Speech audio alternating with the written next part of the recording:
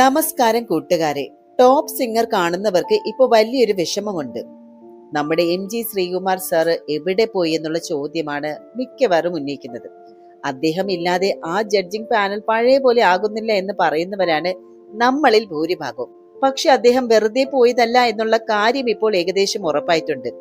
Flowers ചാനലിലെ MD Sreekandan Nair sir നടത്തിയ ചില തുറന്ന പറച്ചിലുകൾ അത് കേട്ടാൽ നമ്മൾ അക്ഷരാർത്ഥത്തിൽ ഞെട്ടും. നോക്കൂ ഫ്രണ്ട്സ്, ഇവിടെ ശ്രീകണ്ഠൻ നായർ സാർ പറയുന്നതിൽ വലിയൊരു സത്യമുണ്ട്. അദ്ദേഹം ഒരു ആർട്ടിസ്റ്റിന്റെ പേരൊന്നും എടുത്ത് പറയുന്നില്ലെങ്കിലും സൂചനകളെല്ലാം വിരൽ ചൂണ്ടുന്നത് ഒരാളിലേക്ക് തന്നെയാണ്. ഒരു ആർട്ടിസ്റ്റിന് മാത്രം 10 കോടി രൂപ ചാനൽ നിന്ന് കൊടുത്തിട്ടുണ്ട് എന്നാണ് അദ്ദേഹം പറയുന്നത്. ആലോചിച്ച് നോക്കൂ, ഒരു ചാനൽ തുടങ്ങാൻ കാശ് മുടക്കിയ ഗോകുലം ഗോപാലൻ സാറിന് പോലും 10 പൈസ ലാഭം കിട്ടാത്ത സമയത്താണ് ഒരു വ്യക്തി ഇത്രയും വലിയ തുക കൊണ്ടുപോകുന്നത്. എന്നിട്ടും കഴിഞ്ഞില്ല, വീണ്ടും പ്രതിഫലം കൂട്ടണം എന്ന് പറഞ്ഞ് ആ വ്യക്തി ഓഫീസിൽ ചെന്ന് ബഹളം ഉണ്ടാക്കി എന്നാണ് ശ്രീകണ്ഠൻ നായർ സാർ പറയുന്നത്. ഞാൻ ആർട്ടിസ്റ്റുകളെ വളർത്തി വഷളാക്കി എന്ന് അദ്ദേഹം പറയുമ്പോൾ അതിൽ വലിയൊരു വേദന തന്നെ നമുക്ക് കാണാൻ സാധിക്കും. എന്തായാലും നമ്മൾ സ്ക്രീനിൽ കാണുന്ന ഈ ഒരു ചിരിയും കളിയും ഒന്നും അല്ല ഈ ഒരു പിന്നാമ്പുറത്ത് നടക്കുന്നതെന്നുള്ള വാസ്തവമാണ്. അപ്പൊ ഇതായിരുന്നു ശ്രീകണ്ഠൻ നായർ സാറിന്റെ ഭാഗത്ത് നിന്ന് അദ്ദേഹം പറഞ്ഞ കാര്യങ്ങൾ. ഇനി നമുക്ക് നേരെ MG ശ്രീകുമാർ സാറിന്റെ കാര്യം ഒന്ന് നോക്കിയാൽ, അവരുടെ ഭാഗം ഒന്ന് നോക്കുവാണെങ്കിൽ അദ്ദേഹം പറയുന്നത് എന്താണ്, തന്നെ ഒഴിവാക്കിയത് ആണ് എന്നുള്ളതാണ്. ഇനി വേണമെങ്കിൽ അവർ വിളിക്കട്ടെ എന്ന് പറയുമ്പോൾ അദ്ദേഹത്തിന് അവിടെ വലിയൊരു സ്ഥാനം തന്നെ ഉണ്ടായിരുന്നു എന്നുള്ള ബോധ്യം അദ്ദേഹത്തിനുണ്ട്. പക്ഷെ അവരുടെ ചാനൽ പറയുന്നത് എന്താണ്, ബിസിനസ് രീതിയിൽ ഇത് മുന്നോട്ട് കൊണ്ടുപോകാൻ പറ്റില്ല എന്നാണ്. സത്യത്തിൽ നമ്മളൊന്ന് ആലോചിക്കേണ്ടത്, ഇത്രയും വലിയ തുകകൾ ആർട്ടിസ്റ്റുകൾ ചോദിക്കുന്നത് ശരിയാണോ? ചാനൽ നിലനിന്നാലല്ലേ നമുക്ക് നല്ല പ്രോഗ്രാമുകൾ കാണാൻ പറ്റുകയുള്ളൂ. എന്തായാലും ശ്രീകണ്ഠൻ നായർ സാർ തന്നെ പറയുന്നുണ്ട്, ഞാൻ ഒരു അവതാരകനായി നടന്ന കാലത്ത് വലിയ സമാധാനം ഉണ്ടായിരുന്നു എന്നാണ്. ഇപ്പൊ ഈ വലിയ ആർട്ടിസ്റ്റുകളുടെയൊക്കെ ഡിമാൻഡ് കേട്ട് അദ്ദേഹം മടുത്തു പോയിരിക്കുകയാണെന്നാണ് അദ്ദേഹം പറയുന്നത്.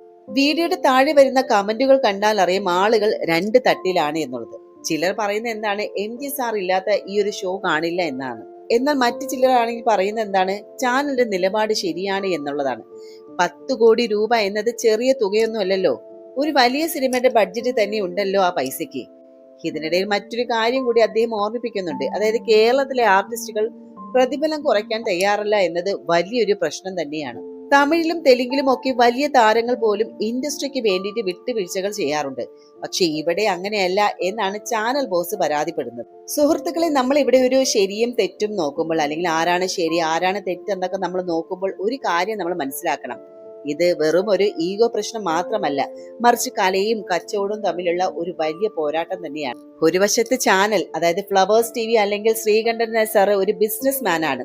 100 കണക്കിന് കുടുംബങ്ങൾ ആ ചാനലിനെ വിശ്വസിച്ച് കഴിയുന്നുണ്ട്. ഒരു ഷോ നഷ്ടത്തിലായ അത് ചാനലിന്റെ നിലനിൽപ്പിനെ തന്നെ ബാധിക്കും. 10 കോടി എന്നത് ചെറിയ തുകയൊന്നുമല്ല.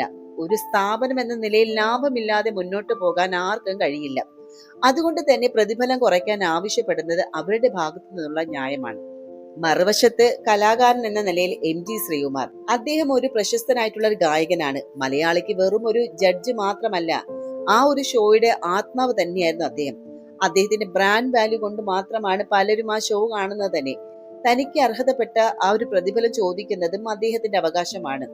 എന്നെ ഒഴിവാക്കിയതാണ് എന്ന് അദ്ദേഹം പറയുമ്പോൾ അതിൽ ആത്മാഭിമാനത്തിന്റെ ഒരു പ്രശ്നം കൂടിയുണ്ട്. സത്യത്തിൽ ഇവിടെ ആരും 100% ആരും തെറ്റുകാരനൊന്നുമല്ല.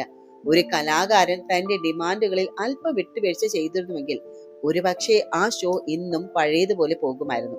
അതേസമയം തന്നെ ചാനൽ കുറച്ചുകൂടി നയപരമായിട്ട് ഈ ഒരു വിഷയം കൈകാര്യം ചെയ്തിരുന്നുവെങ്കിൽ ഇത്രയും വലിയൊരു വിവാദവും ഒഴിവാക്കാമായിരുന്നു. ഒരു നല്ല പാട്ടുണ്ടാകാൻ താളവും ലയവും ഒരുപോലെ ചേരണമെന്ന് പറയുന്നത് പോലെയാണ് ഒരു TV ഷോയും. ആർട്ടിസ്റ്റും ചാനലും ഒത്തുപോയാലേ പ്രേക്ഷകർക്ക് നല്ല വിരുന്ന് ലഭിക്കുള്ളൂ. ഇവിടെ ആ ഒരു താളം തെറ്റിയിരിക്കുകയാണ്. MG സാർ പോയത് ഷോയ്ക്ക് ഒരു കുറവ് തന്നെയാണ്. പക്ഷെ ചാനൽ തകരാതെ നോക്കേണ്ടതും അവരുടെ ആവശ്യമാണ്. ഒരു വലിയ ഷോയുടെ പിന്നിലെ ക്യാമറയ്ക്ക് മുന്നിലുള്ളവർ മാത്രമല്ല കേട്ടോ, പിന്നിലും വിയർപ്പൊഴുക്കുന്ന ഒരുപാട് പേരുണ്ട്. വിട്ടുവീഴ്ചകൾ ഇല്ലാത്തിടത്ത് കലഹങ്ങൾ സ്വാഭാവികമാണ്.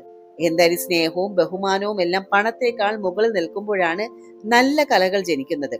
എത്ര വലിയ താരമായാലും ശരി, അവർ പോയാലും ഷോ മുന്നോട്ട് പോകും. പക്ഷെ പഴയ ആവേശം ഉണ്ടാകില്ല എന്ന് മാത്രമാണ്. ഇത് ഏതൊരു ജോലിക്കും ബാധകമുള്ള കാര്യമാണ്. കലയ്ക്ക് വിലയിടാൻ കഴിയില്ല എന്നത് സത്യമാണ്. പക്ഷെ കച്ചവടം തകർന്നാൽ കലയ്ക്ക് ഇരിക്കാൻ ഇടം കിട്ടില്ല. പരസ്പര ബഹുമാനം നഷ്ടപ്പെടുന്നിടത്ത് തകർച്ചയും തുടങ്ങും.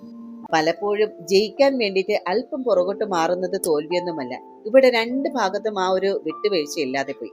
എന്തായാലും നമ്മൾ എത്ര ഉയരത്തിൽ എത്തിയാലും നമ്മളെ വളർത്തിയ സാഹചര്യങ്ങളെയും സ്ഥാപനങ്ങളെയും മറക്കരുത്. അതുപോലെ തന്നെയാണ് ഒരു സ്ഥാപനം വളരുമ്പോൾ അതിന്റെ നെടും തൂണായിട്ടുള്ള വ്യക്തികളെയും തള്ളിക്കളയുകയും ചെയ്യരുത്. പണത്തേക്കാൾ വലുത് എന്ന് പറയുന്നത് നമ്മൾ പടുത്തുയർത്തിയ ആ ബന്ധങ്ങളാണ്. അത് തകർന്നാൽ പിന്നെ കോടികൾ ഉണ്ടായിട്ടും കാര്യമില്ല. അപ്പൊ പ്രിയപ്പെട്ടവരെ, ഈ ഒരു 10 കോടി വിവാദം നമ്മളെ ഒരു കാര്യം ഓർമ്മിപ്പിക്കുന്നുണ്ട്. പണം വരും പോകും, പക്ഷെ ആത്മാഭിമാനവും സ്നേഹവും തിരിച്ചു കിട്ടില്ല എന്നുള്ള കാര്യം. ഇതിൽ നിങ്ങളുടെ പക്ഷം ആർക്കൊപ്പമാണ്? ചാനലിന്റെ സാമ്പത്തിക ഭദ്രതയ്ക്കൊപ്പമാണോ അതോ കലാകാരന്റെ ബ്രാൻഡ് വാല്യൂവിനൊപ്പമാണോ? താഴെ കമന്റ് ചെയ്യാൻ മറക്കരുത്. ഈ ഒരു ചർച്ച ഇവിടെ തീരുന്നില്ല. നിങ്ങളുടെ അഭിപ്രായങ്ങൾക്കായിട്ട് ഞാൻ കാത്തിരിക്കുന്നു. അടുത്ത വീഡിയോയിൽ വീണ്ടും കണ്ടുമുട്ടാം. അതുവരെ നന്ദി, നമസ്കാരം.